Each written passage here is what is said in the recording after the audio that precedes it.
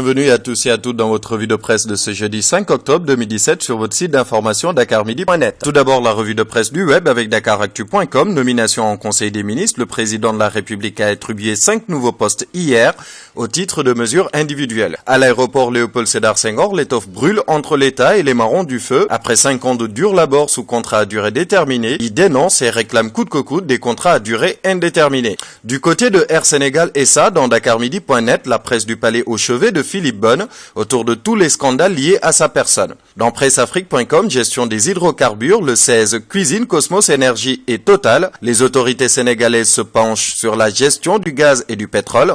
Les autorités sénégalaises se penchent enfin sur la gestion du gaz et du pétrole. En politique à présent, dans un entretien exclusif avec senweb.com, Thierno Bocoum évoque les raisons de sa démission de Rewmi, peu après l'avoir annoncé sur sa page Facebook hier. Je suis venu libre à Rewmi, j'en sors libre. L'ancien député parle également de ses relations avec Idrissa Seck et ses futurs projets. Dans senego.com, Ndongo Ndiaye, conseiller du président Macky Sall, critique ouvertement le fonctionnement des partis politiques et ce qui le dérange le plus dans l'APR. Et dans Rewmi.com, dialogue entre pouvoir et opposition, l'agenda caché d'Aly Ngouille Ndiaye.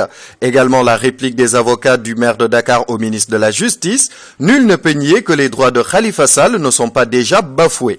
Par ailleurs, Abdou Karim Sall, le DG de l'ARTP, a annoncé hier que l'agence a attribué 457 fréquences de radio et 31 chaînes de télé. Fait divers à la Médina, un vigile viole une fille américaine et risque 10 ans de prison ferme. Place à la presse écrite à présent. Dans Le Soleil, le gouvernement priait de faire démarrer l'aéroport international Blaise Diagne le 7 décembre en Conseil des ministres. Dans Enquête, Macky rouleau compresseur face à l'opposition, rapport de force politique. Aliou Sow confie ses échecs et ambitions dans le quotidien L'Observateur et révélation sur la mafia foncière aux Almadies.